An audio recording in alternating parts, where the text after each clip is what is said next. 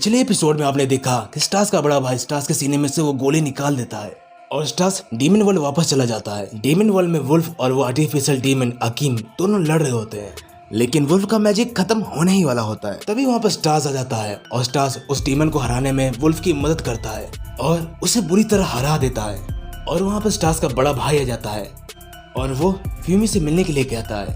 अब आगे scene Frankenstein का क्लिनिक का दिखाया जाता है और ममजीरो बात कर रही होती है कि अगर उसने अपना काम वक्त पे खत्म नहीं किया तो मैं स्टार्स को कभी माफ नहीं करूंगा और मैं उसे कभी कैफे में नहीं आने दूंगा और उसकी सारी कलेक्शन को आग लगा दूंगा। तभी फ्यूमी कहती है कि तुम्हें क्या हो गया, तुम बहुत डरावनी बातें कर रही हो। तभी वहाँ पे स्टार्स और उसका बड़ा भाई आ जाता है और स्टार्स अपने भाई से कहता है कि मेरे साथ वैसे भी बहुत पकाऊ लोग हैं, अब तो मेरा दिमाग खाने मत लग जाना। तभी ममजीरो स्टार्स को देखकर चौंक जाती है और कहती है कि स्टार्स तुम यहाँ क्या कर रहे हो। और स्टार्स ममजीरो कहाँ से वो मैजिकल ड्रिंक लेकर पी जाता है और ममजीरो कहती है कि ये तुम्हारी गलती है, तुम ही हर प्रॉब्लम की जड़ हो। तभी स्टार्स पूछता है कि आखिर तुम किस बारे में बात कर रही हो। ममजीरो बताती है कि वो मैजिकल ड्रिंक हम उससे फ्यूमी को जिंदा रख रहे थे। तभी स्टार्स कहता है कि मुझे प्यास लगी हुई थी तो जाहिर सी बात है तो मैं पीऊंगा ही ना। तभी फ्यूमी कहती है कि नहीं, मैं तुम्हारी जगह होती तो मैं पूछती कि ड्रिंक पीने लायक है या नहीं। तभी ये सारी बातें सुनकर स्टार्स का बड़ा भाई कहता है कि क्या यहाँ पर कोई बहस हो रही है। पहली बार मैं इस लड़की से मिल रहा हूँ, अगर तुम हमें एक दूसरे से अच्छे से इंट्रोड्यूस नहीं करोगे तो उसे लगेगा कि मैं बुरा बंदा हूँ। क्यों, मैंने सही कहा ना मिस होस्ट? मैं हूँ ब्रेस, क्या मैं तुम्हारा नाम जान सकता हूँ? तभी फ्यूमी कहती है कि मेरा नाम फ्यूमी है। तभी स्टार्स का बड़ा भाई कहता है कि हम पहले कभी मिले नहीं, लेकिन फिर भी मैं तुम्हारे बारे में बहुत कुछ जानता हूँ। मैं तुम्हारी प्रॉब्लम्स और उनका सोल्यूशन जानता हूँ। तभी स्टार्स ये सब देखकर कहता है कि अपनी हद पार मत करो। तभी स्टार्स का बड़ा भाई कहता है कि लेकिन ये तो तुम्हारे लिए बहुत जरूरी मामला है। तभी स्टार्स कहता है कि तुम चाहते हो कि मैं तुम्हारा एहसान चुकाऊं, बुरा हुआ, लेकिन मैंने तुम्हें यहाँ पर नहीं बुलाया। तभी स्टार्स का बड़ा भाई कहता है कि वैसे तुम कुछ ज्यादा नहीं बोल गए, तो चलो मुझे बताओ मेरी मदद के बिना तुम इसे कैसे ठीक करोगे।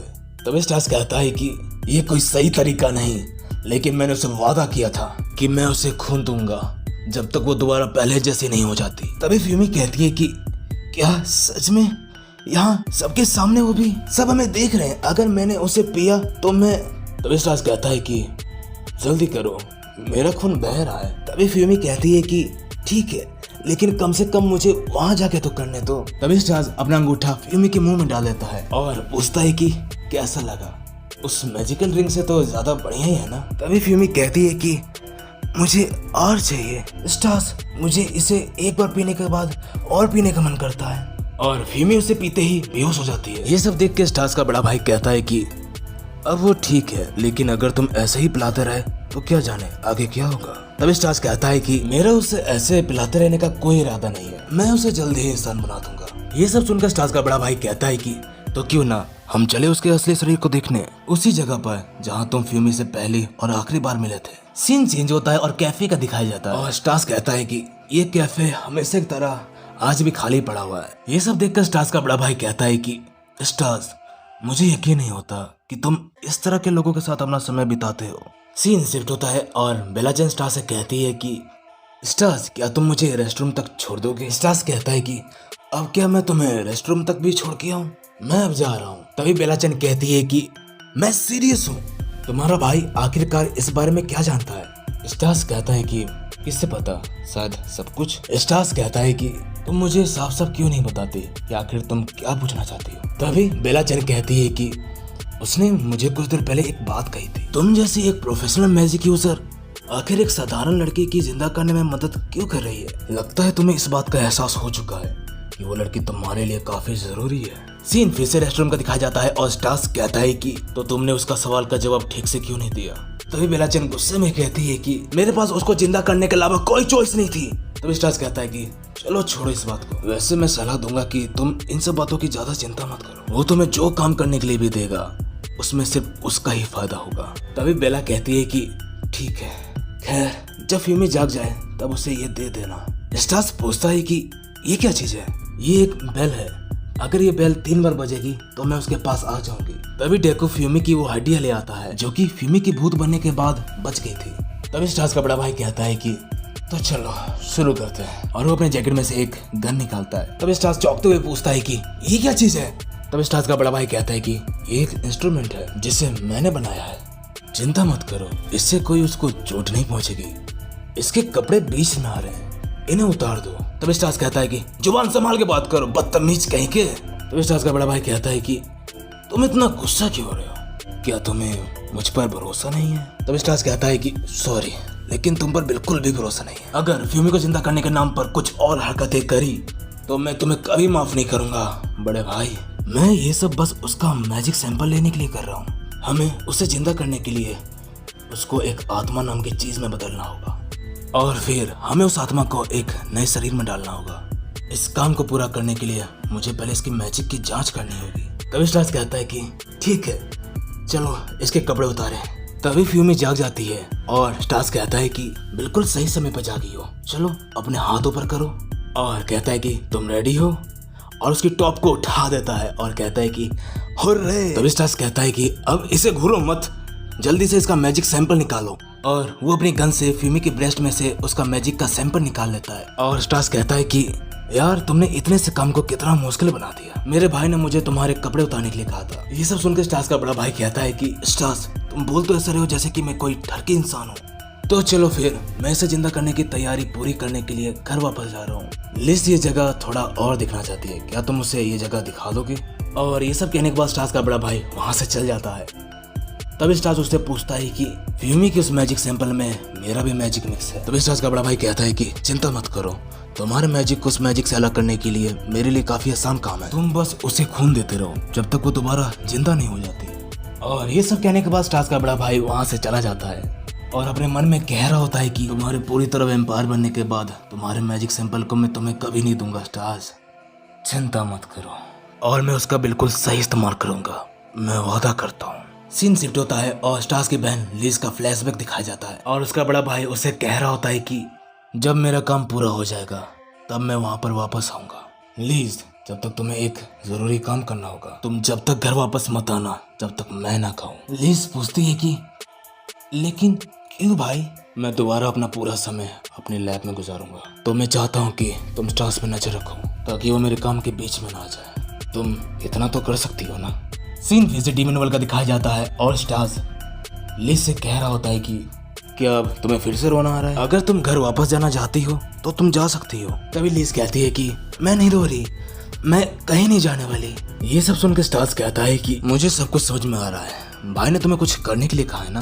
अब तुम मुझे इग्नोर कर रही हो, इसका मतलब मैं सही हूँ, क्यों है ना। तभी लिज कहती है कि क्योंकि मैं उसके काम के बीच में आ रही थी। स्टार्स पूछता है कि क्या सच में यही वजह है। लिज कहती है कि ये एक झूठ है, लेकिन कई मामलों में ये सच भी है।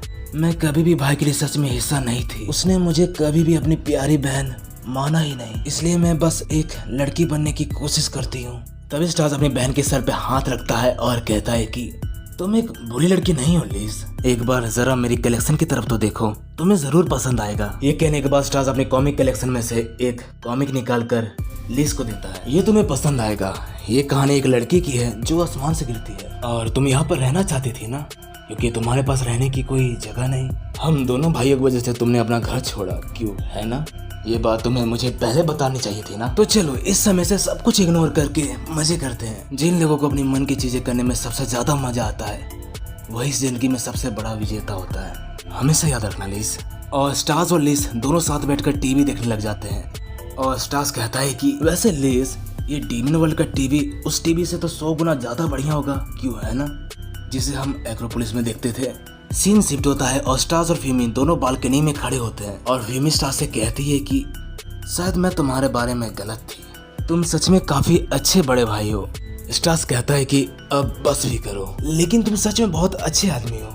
मेरा मतलब है कि तुमने वादा किया था कि तुम मुझे वापस जिंदा करोगे और तुमने अपना वादा निभाया और मेरे लिए तुमने इतना कुछ किया। स्टार्स कहता है कि तुम जिंदा नहीं हुई हो। तभी स्टार्स को बेला चेन की दी हुई वो बेल याद आती है और कहता है कि ओह मैं भूल गया था, बेल की बेल ने मुझे ये तुम्हें देने के लिए दिया था। जब तुम इसे 3 बार बजाओगी बेल यहाँ पर आ जाएगी, क्यों ठीक है ना।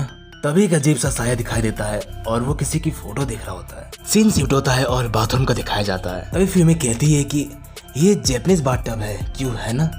जब मैंने इसे पहली बार डीमन वर्ल्ड में देखा था तो मैं इसे देखकर हैरान हो गई थी। तभी फ्यूमी नहाने के लिए अपने कपड़े उतार रही होती है और लिस उसे देखकर कहती है कि तुम अपने कपड़े क्यों उतार रही हो? हम तो नहा रहे हैं ना, क्या तुम मेरे साथ नहाओगी? फ्यूमी कहती है कि हाँ, क्या तुमने कभी अपने भाइयों के साथ नहीं नहाया? लिस कहती है कि क्या अजीब सी बातें मत करो, मैं खुद नहा सकती हूँ। तो चलो अपनी आंखें बंद करो, मैं तुम्हारे बालों को धो देती हूँ, ठीक है? उसके बाद मैं तुम्हारी पीठ को धोऊंगी, ठीक है ना?